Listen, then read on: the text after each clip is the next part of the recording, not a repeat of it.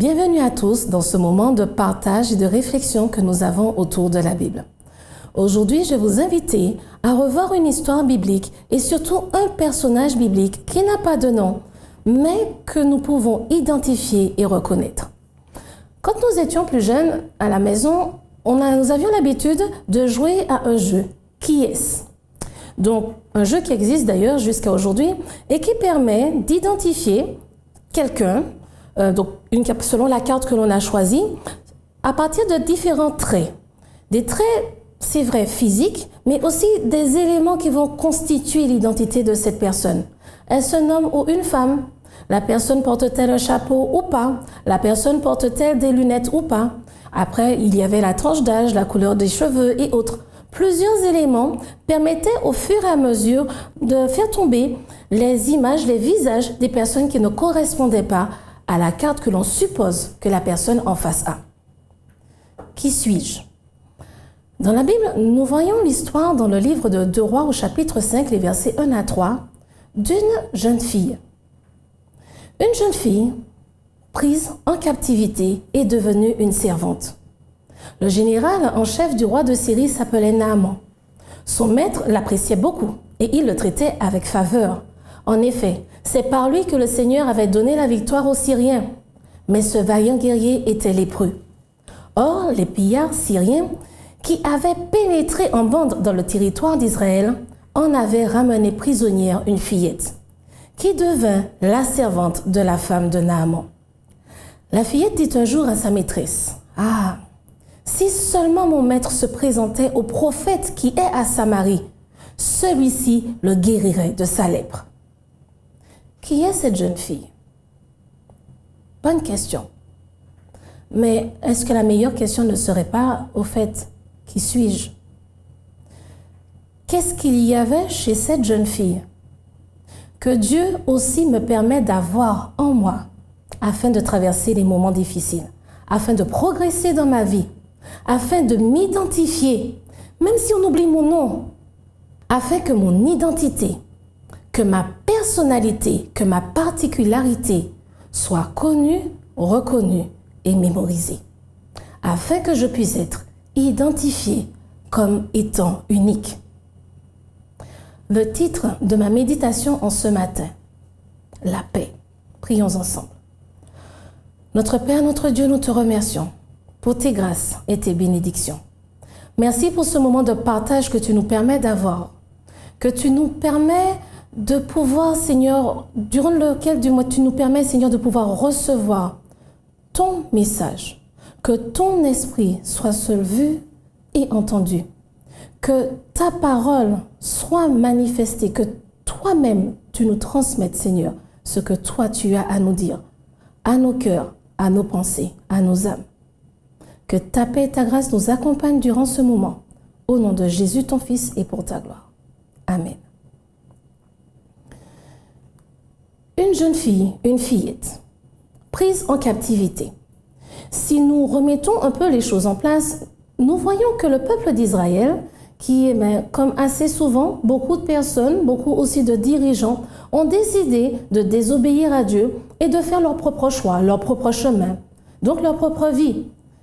On oublie souvent une chose, tout acte que je pose, toute chose que je fais, toute chose que je dis, a toujours des conséquences, non seulement sur moi, sur mes proches et très souvent sur beaucoup d'autres personnes qui m'entourent.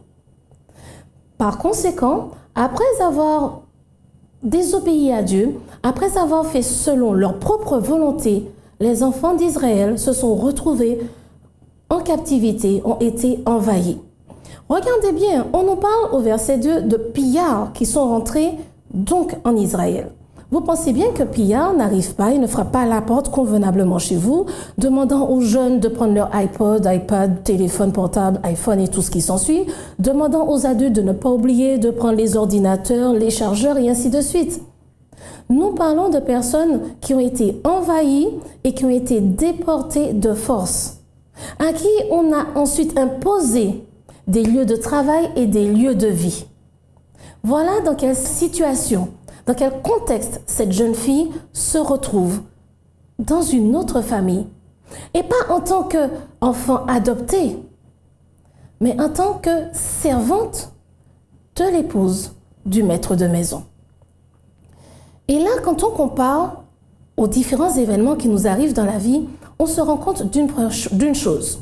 Aujourd'hui, nous verrons rapidement 4 éléments, mais surtout, comment au travers de ces 4 éléments, Dieu nous permet d'avancer et nous permet de pouvoir finalement répondre à sa question. Mais au fait, qui suis-je? Et par-dessus tout, d'avoir cet élément qui nous permet d'être la personne que je suis. Premièrement, nous voyons une injustice. L'injustice, c'est un manque d'équité. Cette justice, c'est cette morale qui implique le respect de ce qui est conforme au droit. Donc le droit de pouvoir dire je déménage, je ne déménage pas. On n'a pas posé la question. Je reste avec mes parents, je pars étudier ou autre. On n'a pas posé la question. Les personnes se sont retrouvées, y compris cette fillette, dans une situation imposée. On ne lui a pas demandé qu'est-ce que tu avais envie de faire. Et ce qu'il faut que nous puissions bien comprendre, c'est qu'il n'y a pas d'âge pour le ressenti, pour ce ressenti d'injustice. Cette fillette s'est retrouvée dans une situation injuste. Mais mes chers amis, que nous soyons jeunes, hommes, femmes, enfants, adultes, quel que soit l'âge, nous nous retrouvons tous à un moment ou à un autre dans une situation où nous sentons une profonde injustice. Ce ressenti est légitime. Ce ressenti, le résultat de cette injustice que nous vivons, c'est le résultat du libre arbitre de quelqu'un. En d'autres termes, chaque fois que je prends une décision, chaque fois que j'utilise et j'use de mon libre arbitre pour faire un choix, oui, le résultat se voit à travers moi, à travers mes proches et à travers ceux qui m'entourent. Cette jeune fille, comme beaucoup d'autres, ont vécu une injustice. Certains d'entre eux étaient désobéissants envers Dieu. Mais quand on regarde le verset 3 où elle parle du prophète de Samarie, qui à tous les coups aurait guéri, parce qu'elle sait que ce prophète vient de Dieu. Cette jeune fille croyait en Dieu, elle lui faisait confiance. Et pourtant, comme le reste de son peuple et comme sa famille, elle a subi l'injustice de l'invasion et de la déportation. Ensuite, nous voyons que cette jeune fille s'est retrouvée quand même dans une situation de solitude. La solitude, c'est un sentiment malheureusement par lequel on se sent seul, mais aussi un sentiment qui nous fait souffrir. Quand on parle surtout de souffrance sociale, donc de solitude sociale, c'est un mécanisme aussi psychologique qui alerte l'individu et lui permet de comprendre, écoute, tu es dans une situation d'isolement que tu n'as pas choisi. Et cela lui donne une motivation pour chercher une connexion sociale. Cela lui permet de dire, écoute, là où les choses en sont, tu n'as pas choisi et ce n'est pas une bonne situation parce que tu en souffres. Donc là maintenant, tu dois avoir une motivation, je t'insuffle, j'initie chez toi la motivation de faire changer les choses. La solitude fait partie de la condition humaine. Nous savons tous qu'à un moment ou à un autre, nous passons tous par ces moments de solitude. Ce qui devient embêtant, c'est que quand la solitude est ressentie comme une souffrance, elle est parfois réelle parce qu'il n'y a personne autour de nous, mais elle est parfois ressentie alors qu'il y a beaucoup de personnes autour de nous. Nous faisons partie d'une famille, parfois d'un groupe, où nous sommes au milieu d'une foule, mais nous nous sentons tellement seuls. Ça, c'est la solitude. Une professionnelle, Françoise Dolto, psychologue, surtout qui a beaucoup travaillé au niveau de l'enfance, explique que la solitude est une amie inestimable, mais aussi une ennemie mortelle. La solitude peut être une ressource, mais elle peut aussi détruire. La solitude nous pousse à atteindre et à dépasser nos limites. Et c'est sur ce point que je voudrais que nous puissions bien garder à l'esprit. Mes amis, oui, la solitude est difficile. On ne peut pas le nier et cela n'aidera personne à le nier. Mais nous devons prendre cette motivation et nous dire que la solitude peut m'aider à dépasser mes limites, à aller plus loin. Et que je peux faire le choix d'utiliser cette solitude afin de pouvoir avancer. Nous voyons que cette jeune fille aussi a eu de la patience. Pourquoi de la patience? Cette jeune fille a passé du temps au service de la femme de Naaman. Est-il facile et simple de pouvoir accepter, alors que nous avions notre maison avec notre famille, de se retrouver servante, imposée dans une maison, en captivité, loin de chez nous et très certainement loin de nos parents, de notre famille, de ceux avec qui nous avons grandi, nous avons joué, pour nous, de ceux avec qui nous avons été à l'école, à l'université, tous les 400 cours que nous avons faits, ou que les jeunes, nous continuons encore, jeunes ou plus jeunes que moi encore, continuent à faire. Vous vous imaginez que l'on vous impose de quitter tout cela du jour au lendemain? Sans préavis, sans vous dire, écoute, prépare-toi, dans 3 semaines, tu pars étudier. Prépare-toi, dans 2 mois, nous déménageons. Ceux qui ont déjà vécu d'ailleurs cela ont senti, je n'ai pas envie de déménager, non, je n'ai pas envie de quitter mes amis. Pourquoi doit-on partir d'ici? Même en étant prévenu, cela fait mal. Imaginons quand cela se passe d'une minute à l'autre. Elle a donc la patience, c'est-à-dire la maîtrise nécessaire pour faire face à une attente. Une attente de quoi? Une attente de quelque chose de différent. Une attente de quelque chose de meilleur. Nous verrons même une attente de reconnaissance, de trouver vraiment sa place, malgré la situation, mais d'être suffisamment à l'aise et en paix dans sa place. La patience permet de rester calme dans les situations difficiles ou de tension, et c'est une qualité de persévérance. Nous avons besoin, mes chers amis, de patience. De patience pour nous permettre de vivre ces moments que nous avons, mais en profitant des éléments positifs que Dieu met sur notre chemin. En bénéficier et prendre la force et le courage qu'il nous donne durant cette traversée difficile. La patience est une force qui nous permet de mieux vivre. Et un dernier élément, cette motivation, que l'on appelle parfois optimisme, que ce soit dans la résilience ou dans l'intelligence émotionnelle. C'est la capacité d'optimiser la situation ou l'expérience et de faire en sorte que sa vie progresse chaque jour. Vous savez, souvent on nous dit dans les situations difficiles, c'est pas grave, vois le bon côté des choses. Une situation difficile, oui, c'est grave. Essayer de voir le bon côté des choses, j'ai envie de dire, c'est des fois quasiment impossible. Qu'est-ce que tu me dis de voir le bon côté d'une situation dramatique? D'accord. Mais essayons pour nous, de manière individuelle, pas pour les autres, de pouvoir faire en sorte qu'en dépit de la situation, notre vie progresse. Notre vie avance, que j'avance. Comment tout cela peut-il se mettre en place?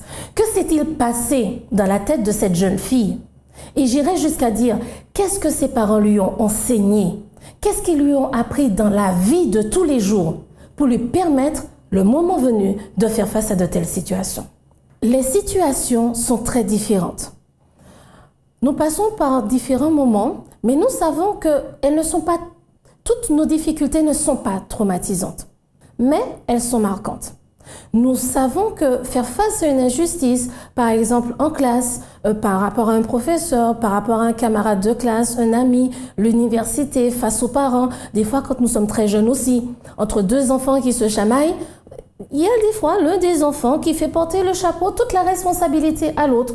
Et l'autre se dit, mais c'est injuste, c'est pas moi qui fais ça, c'est pas moi qui fais ça tout seul. L'injustice, nous le ressentons à différents moments de notre vie, les moments les plus simples, bien sûr jusqu'aux moments les plus compliqués. Mais maintenant, que pouvons-nous faire? Nous avons l'opportunité, lors des situations d'injustice, je dirais entre guillemets les plus simples, parce qu'elles nous affectent quoi qu'il en soit, et différemment parce que nous sommes différents, nous avons une sensibilité différente, mais cette injustice, nous pouvons utiliser ce sentiment d'injustice et la situation que nous trouvons être injuste à notre avantage. D'abord, reconnaître que oui, nous vivons un moment d'injustice et ne pas, vous savez, avoir cette rancune contre l'injustice qui nous empêche d'aller plus loin, qui nous enferme et nous entretient dans une douleur et dans une souffrance perpétuelle qui ne s'arrête pas et dans laquelle nous avons envie et besoin de sortir. Je ne dis pas qu'il faut ignorer l'injustice, mais nous devons essayer d'accepter la réalité de ce vécu d'injustice. Je n'ai pas dit d'accepter l'injustice comme si c'est normal, pas du tout. d'accepter la réalité de ce vécu, du fait que nous vivons cette injustice. C'est une vérité. Une fois que nous l'avons reconnue, nous pouvons passer à l'étape d'après. Qu'est-ce que je peux faire à partir de cette situation d'injustice pour que moi je peux saisir une nouvelle opportunité et celle qui se présente d'ailleurs durant cette situation. Cette petite jeune fille, comme beaucoup d'entre nous, lors d'une situation d'injustice, nous avons envie de faire quelque chose de bien. Nous avons envie de faire quelque chose qui sera reconnu par les autres comme quelque chose de bien. Gardons aussi une chose à l'esprit.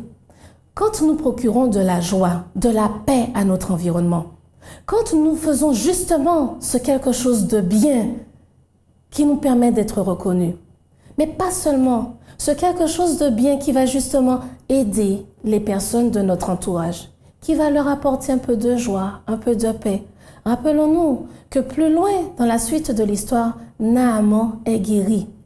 Et Naaman va jusqu'à accepter Dieu comme étant le seul vrai Dieu. Un homme guéri qui retrouve sa vivacité, son énergie, ses capacités de faire les choses, d'avancer, de pouvoir recommencer à avoir une vie de famille. Quel bonheur cela apporte-t-il à cet homme, à son épouse, à la famille et à l'ensemble de la maison? Là où il y avait inquiétude, il y a enfin paix, joie et bonheur. Tout ce dont l'environnement, les servantes, les serviteurs et autres ont besoin pour être un peu plus à l'aise dans leurs tâches difficiles journalières. Ce sentiment d'utilité que la petite servante a pu avoir, ce sentiment d'avoir pu réaliser, faire quelque chose qui apporte aux personnes qui l'entourent. Nous aussi, nous le vivons et nous pouvons saisir les opportunités.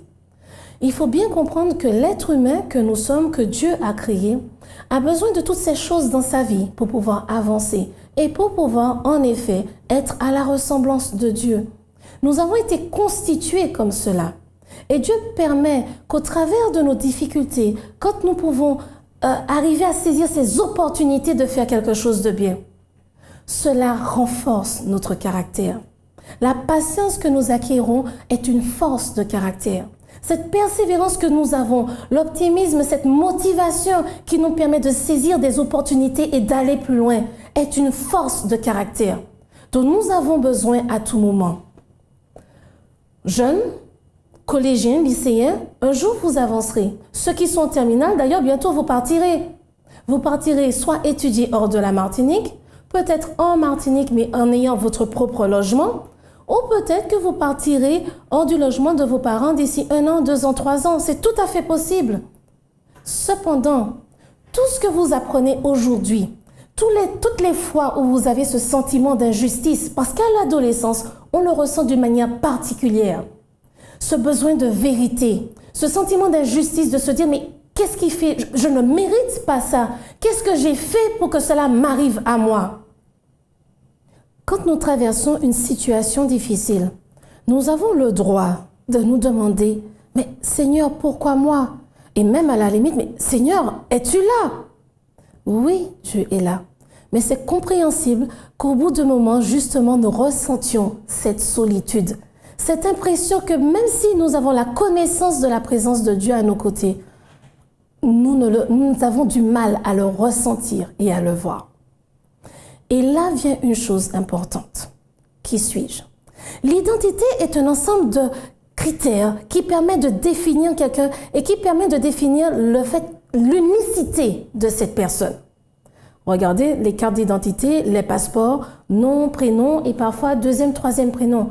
On veut s'assurer qu'une personne est bien elle-même et qu'elle est la seule à pouvoir utiliser son identité, sa carte bancaire, son compte bancaire, son numéro de sécurité sociale et autres. L'identité ne se résume pas qu'à cela. C'est aussi un sentiment intérieur qui se voit extériorisé.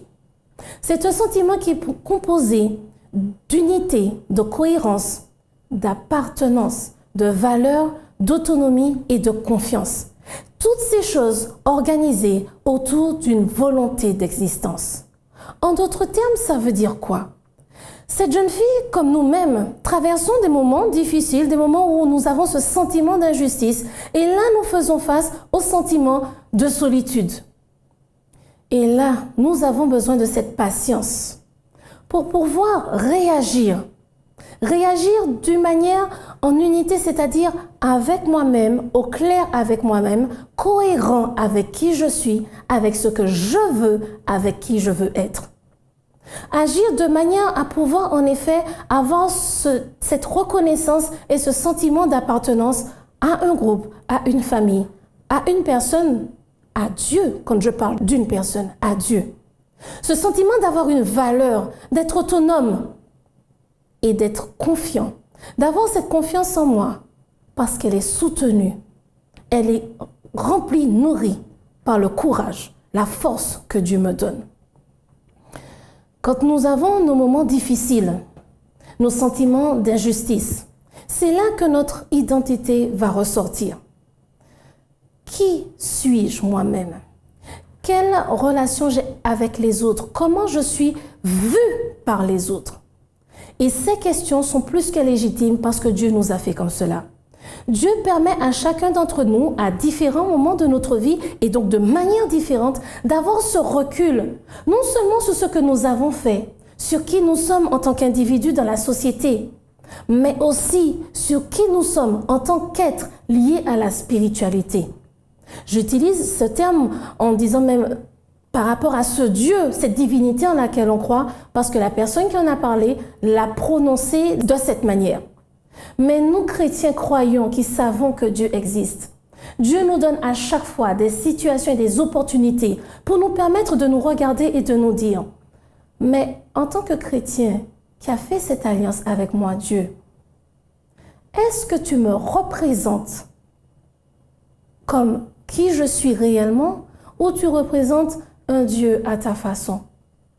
Dieu ne nous demande pas d'être comme lui dans le sens d'être déjà parfait, sans absolument aucune erreur dans notre vie, avec la connaissance de toutes choses, ne prenant que de bonnes décisions. Il nous demande d'être à sa ressemblance et il nous demande de pouvoir montrer qu'il est Dieu par notre manière d'agir, notre compréhension, notre amour et notre manière aussi, notre aptitude à reconnaître nos points faibles et nos erreurs dans nos activités et dans les différents événements de notre vie. Cette identité que Dieu nous permet d'avoir, nous avons des versets bibliques qui nous permettent de la soutenir. L'un des versets bibliques, Proverbe 3, verset 27. Ne refuse pas un bienfait à celui qui y a droit quand tu as le pouvoir de l'accorder.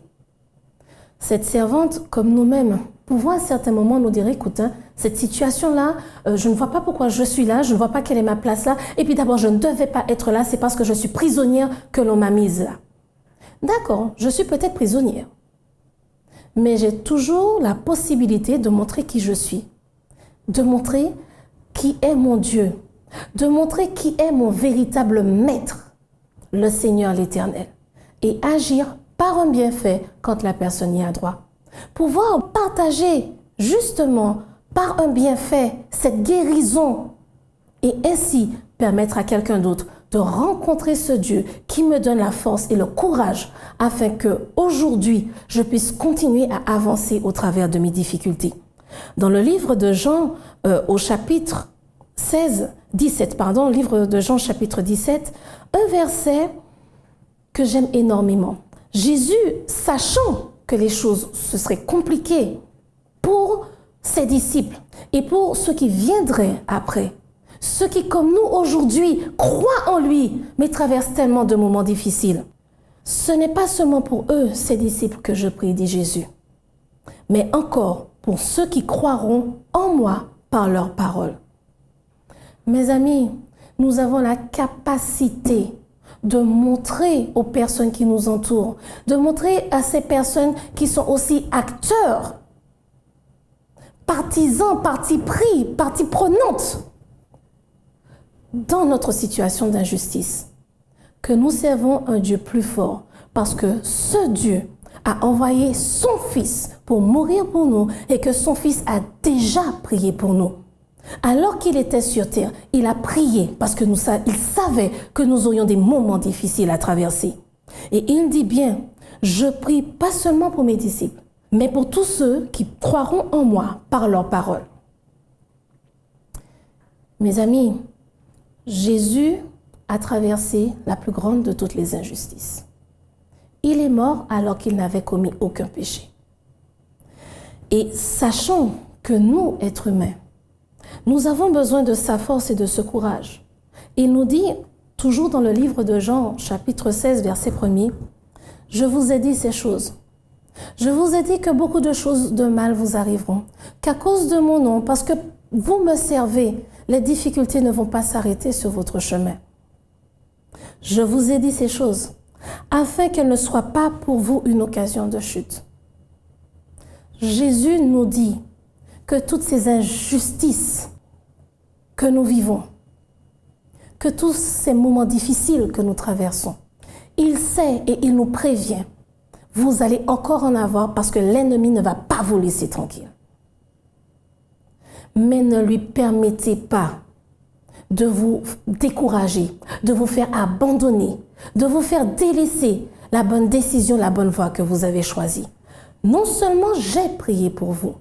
Et ensuite, à la fin, au dernier verset du chapitre 16, nous pouvons lire au verset 33. « Je vous ai dit ces choses afin que vous ayez la paix en moi. Vous aurez des tribulations dans le monde. Mais prenez courage, j'ai vaincu le monde. » Jean chapitre 16 au verset 33. « Vous aurez des tribulations dans le monde. Pour cela, je vous donne ma paix.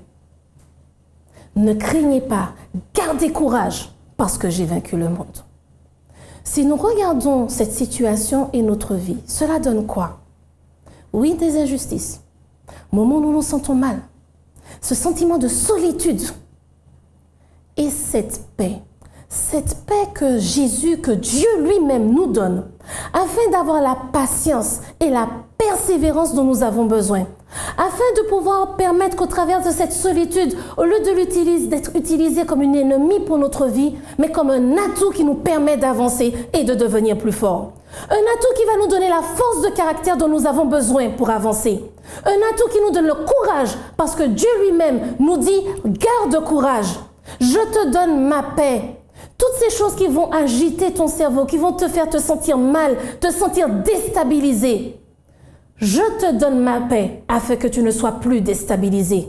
Je te donne ma paix afin que tu sois au calme et que tu puisses voir les choses et pouvoir naviguer, traverser, prendre les opportunités, les saisir et avancer. Je te donne ma paix parce que je veux que tu sois joyeux dans cette vie, que tu ne te focalises pas sur ces moments difficiles. Tu ne peux pas les ignorer, mais tu peux avancer et ne pas laisser l'ennemi te défaire et te décourager. Je te donne ma paix parce que moi qui te donne ma paix, elle n'est pas comme le monde donne et je reprends quand je veux. Elle est de manière définitive. Et la paix que Dieu nous donne, rien ni personne ne pourra jamais nous l'enlever. Et c'est ce qui s'est passé avec cette jeune fille. Quand elle a grandi, au travers de ces étapes, ses parents, elle-même, elle a cultivé cette paix que Dieu donne. Cette paix qui lui permet, dans une situation pareille, en tant que jeune esclave servante, de continuer à avoir foi en Dieu, mais en ayant foi en Dieu, de pouvoir, en tant qu'être humain, être identifiée en tant que fille du Dieu suprême. En tant que personne qui connaît le véritable Dieu et qui aide, qui donne courage, force, qui fait quelque chose de bien. Parce que nous tous, êtres humains, avons besoin de faire quelque chose de bien. Nous avons besoin de nous sentir utiles. Nous avons besoin d'être reconnus pour qui nous sommes. Qui suis-je? La fille, le fils de ce Dieu suprême, qui me donne la paix dont j'ai besoin afin que mon caractère soit fort et courageux et me permette d'avancer en toute quiétude, quoi qu'il arrive. Prendre les leçons dont j'ai besoin afin que le jour où j'irai étudier, je sois prêt à faire face à toute situation. Afin que le jour où mes enfants partiront, ils soient prêts. J'ai cette confiance, cette certitude, ce sentiment d'avoir fait de mon mieux pour les préparer à ce qui va leur arriver. Pour qu'ils soient armés de paix, de force et de courage pour ce qui va leur arriver. Voilà ce que Dieu veut pour chacun d'entre nous. Qu'adultes puissions continuer à avancer tout toujours, parce que nous aurons des moments où nous sentirons cette injustice, cette solitude. Mais avec Dieu, nous savons que nous allons vaincre cela. Avec Dieu, nous allons montrer aux plus jeunes et à ceux qui nous entourent que nous pouvons devenir forts, être reconnus avec notre identité face à tout le monde et avancer parce que la main de Dieu est celle qui nous permet d'avancer. Parce que Dieu est celui qui nous a donné la paix et la force dont nous avons besoin pour avancer. Et que nul ne peut enlever la paix de Dieu une fois que nous l'avons acceptée dans notre cœur. Aujourd'hui, je vous invite, je nous invite à pouvoir faire de la paix que Jésus nous donne notre paix. Uniquement si j'accepte la paix de Jésus comme étant ma paix, je pourrai faire face à tout cela et avancer et saisir les opportunités et ne pas laisser voir les choses compliquées, difficiles, ternir l'ensemble de ma vision. Leur donner leur juste place et ouvrir toute grande la porte, les fenêtres des opportunités que Dieu me donne et laisser cette lumière entrer et détruire ces ténèbres de difficultés que je traverse. C'est le choix que chacun d'entre nous doit faire et que je vous propose de faire aujourd'hui. Jésus le dit lui-même, « Je vous dis ces choses afin que cela ne soit pas une occasion de chute pour vous. » Mes amis, ce n'est pas Dieu qui nous donne cette quantité de désastres dans notre vie, ni même tous ces moments difficiles. Mais il nous dit, vous aurez ces moments parce que vous m'avez choisi. Parce que vous avez choisi d'être avec moi, parce que l'ennemi sait que vous voulez avancer, faire le bien sur la voie que je vous ai tracée. Faisons le choix aujourd'hui de faire de la paix de Jésus notre paix, ma paix, afin que je puisse avancer avec ma famille, avec mes amis, avec mes parents, dans mon travail, dans mon voisinage, avec cette identité que Dieu me donne, cette personne qui, avec cette paix au fond d'elle, peut avancer et avoir une force de caractère et être reconnue en tant qu'enfant de Dieu. Prions ensemble.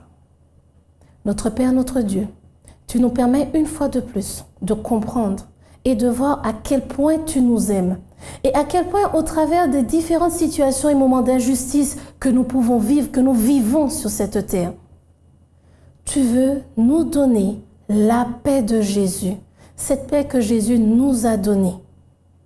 Seigneur, aide-nous à faire de la paix de Jésus, de ta paix, notre paix, et que cette paix nous donne le calme, la sérénité dont nous avons besoin, le discernement afin de saisir les opportunités, renforcer notre caractère, renforcer notre patience, notre persévérance, garder cette motivation au fond de nous dire « Je ne suis pas seul parce que Dieu est là, il ne m'a jamais abandonné. Et il a mis autour de moi des personnes que je vais aider et qui vont m'aider. Que ta paix et ta grâce soient avec tous tes enfants, Père éternel, et qu'ensemble nous puissions avancer jour après jour jusqu'au retour de Jésus. Sois avec nous une fois de plus, que ton esprit soit avec nous, au nom de Jésus ton Fils et pour ta gloire. Amen. Que Dieu bénisse chacun d'entre nous.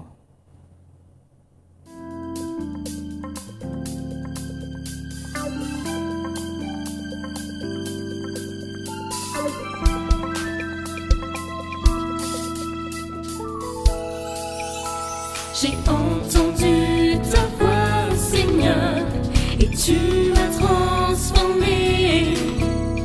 Tu m'as formé comme un disciple pour accomplir ta mission. Maintenant je suis ton serviteur. Me voici, envoie-moi pour annoncer au monde entier que tu es la solution. Oh, oh. Transformé, j'y vais, je marcherai pour toi.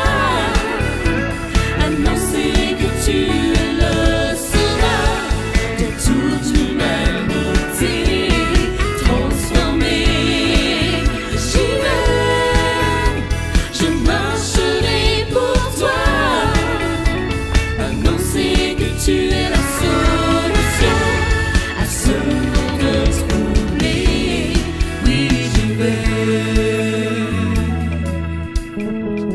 le monde qui donne tes espoirs, égaré et sans repère. Tu ne veux que personne périsse, mais que tu sois sauvé. Je réponds à ton appel, Seigneur, me voici, envoie-moi pour annoncer cette bonne nouvelle, que tu peux tout changer. Oh, oh, oh.